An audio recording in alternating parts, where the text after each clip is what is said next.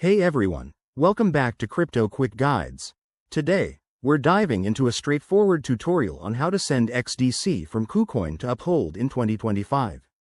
If you're into cryptocurrencies like XDC from the Shin network, transferring it between exchanges is a common task, and I'll walk you through it step by step to make sure it's smooth and secure. This process is designed for beginners, so don't worry if you're new to this. Let's get started. First things first, make sure you have active accounts on both KuCoin and Uphold, and that you have some XDC in your KuCoin wallet.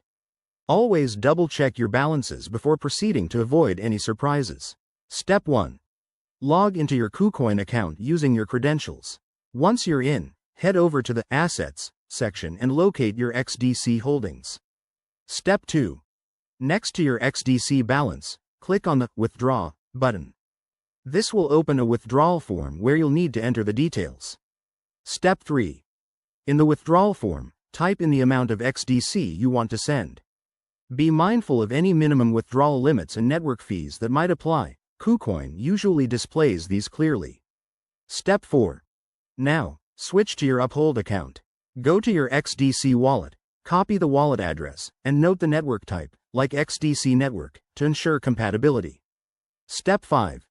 Back in KuCoin, paste the Uphold wallet address into the appropriate field. Double-check that the address is correct to prevent any errors or lost funds. Step 6. Select the correct network for the transaction if prompted, then review all the details one last time. Hit Confirm to initiate the withdrawal. Step 7. Once submitted, KuCoin will process the transaction, which might take a few minutes to an hour depending on network congestion. Keep an eye on your email or KuCoin notifications for confirmation. Finally, head back to Uphold and refresh your XDC balance to verify that the funds have arrived. And there you have it. That's how you send XDC from KuCoin to Uphold in 2025.